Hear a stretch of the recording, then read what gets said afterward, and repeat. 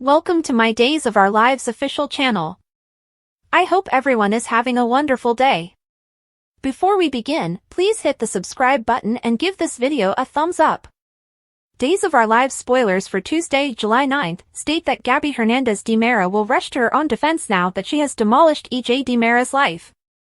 Stefan de Mera will continue to press for an explanation because he believed he had persuaded Gabi to remain silent about Jude Brady's true parentage. Nonetheless, Gabi will defend EJ's public exposure, claiming that everyone deserves to know what kind of person he is.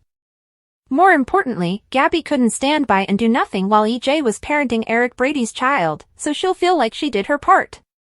Although Stefan will understand this on some level, he will also warn Gabi that she has taken a massive gamble that will fail spectacularly.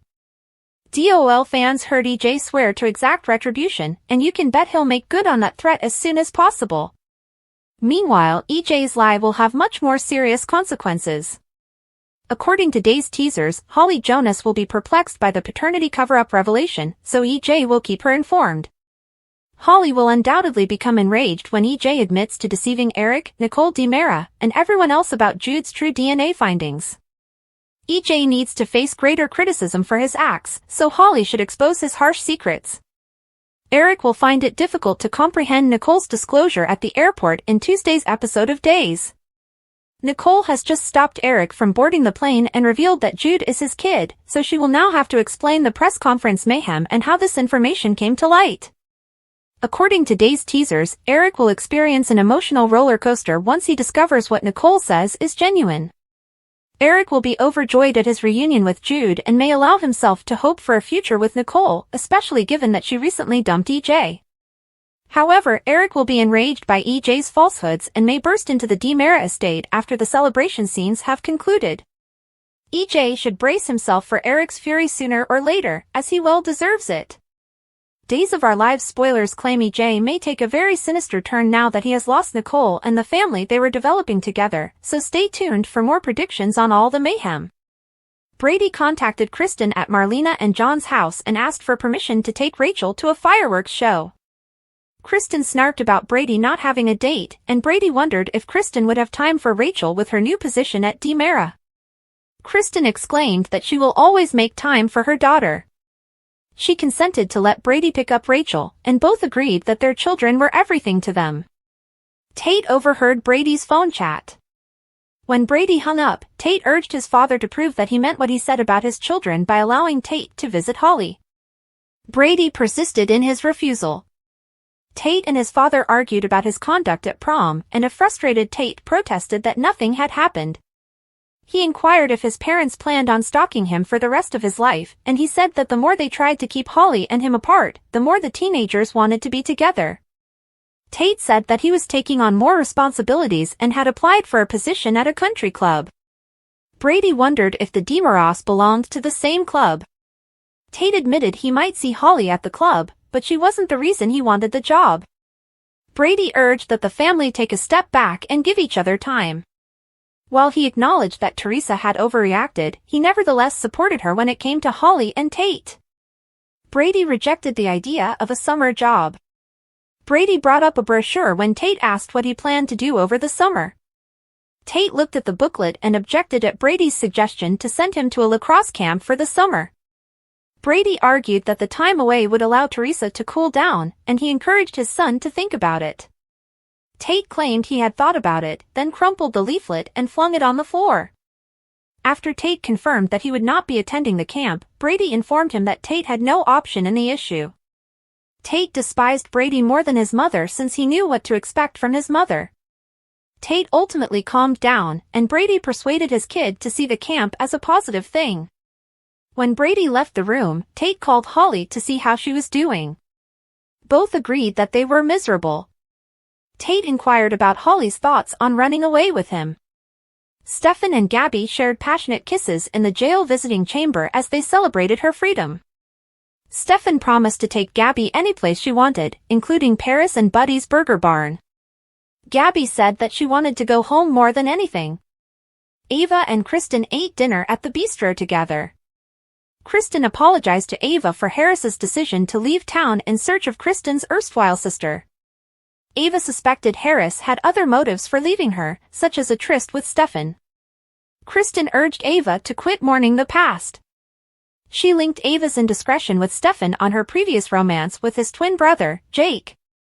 Ava agreed Stefan's likeness to Jake may have played a role in their attraction, but she insisted no one else, particularly Gabi, would find out about the affair. Kristen assured Ava that her secret was safe with her. The women celebrated Kristen's new position at DiMera. When Ava discussed going back to the pub for work, Kristen made a snide remark about her slinging hash for Roman Brady. She proposed that Ava work for her. Kristen argued that she needed a trustworthy ally at DiMera. Making EJ mad would also be beneficial. Following the pitch, Ava beamed and declared that Kristen had made an offer she couldn't refuse. Later, Ava called Roman to thank him for his assistance and inform him that she had accepted a new job offer. Melinda came at the DiMera mansion to boast to E.J. about her immunity arrangement. She smugly asserted that EJ could do nothing to her after telling Nicole the truth about Jude. Melinda told EJ she wanted vengeance for being fired from her job. As Melinda threatened EJ, Nicole entered the room and inquired as to what was happening. Before Melinda could answer, EJ said she had intended to thank him. Melinda enthusiastically informed Nicole that EJ had granted her protection from prosecution. Nicole was enraged and yelled at Melinda about what she had done to her, forcing EJ to restrain his wife. When Nicole mentioned Eric's name, Melinda thought she might be able to help him. Gabi and Stefan's entrance interrupted Melinda's confessional. EJ rushed over to the pair and tried to hug Gabi, but she instantly raised her hand to block him. EJ raved over Gabi's liberation and announced that the family would celebrate with a bottle of champagne. Melinda insisted she would stay, but EJ labeled it a family gathering and ushered a protesting Melinda out the door. Nicole stated that she was ready to kill that duplicitous shrew, while Gabi joked that it was good to be home. While Stefan and Gabi were sharing champagne, Nicole approached and expressed her wish that she and Gabi could put their history behind them. Both women complimented one another on their recent good fortune.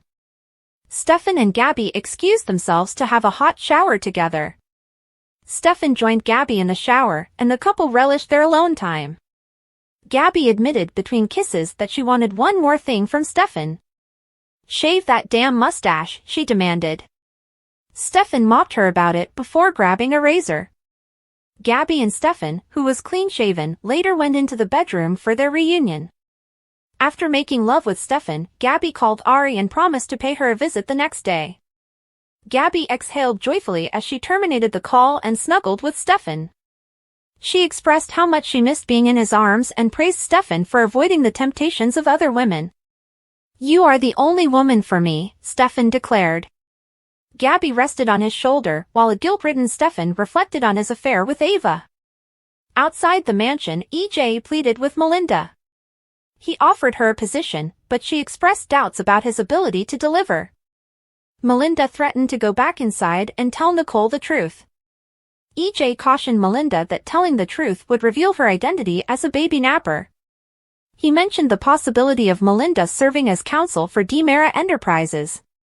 Melinda first rejected the notion because she would be working for Kristen, whom she despised due to her involvement in Haley's death. Melinda stated that even if she could work with Kristen, Belle already had the job that EJ had offered. EJ informed Melinda that Belle was on leave and assured her that he could contact Kristen to gain Melinda the position. Nicole walked outside before they could finish bargaining and demanded to know why Melinda was still there. EJ characterized his and Melinda's conversation as DA business. Nicole remained cold toward Melinda as she went. Nicole was furious after Melinda left because EJ had let her off the hook for what she had done to them. EJ said that his acts were motivated by a strong sense of family loyalty to Stefan. He reminded Nicole that liberating Melinda had enabled him to free Gabi. Nicole grudgingly stepped off, but her rage persisted. Nicole recalled Eric's proclamation that he was leaving Salem. Later, Kristen greeted EJ, who had returned to the mansion. EJ joked with his sister before stating that he wanted to speak with her about a career opportunity.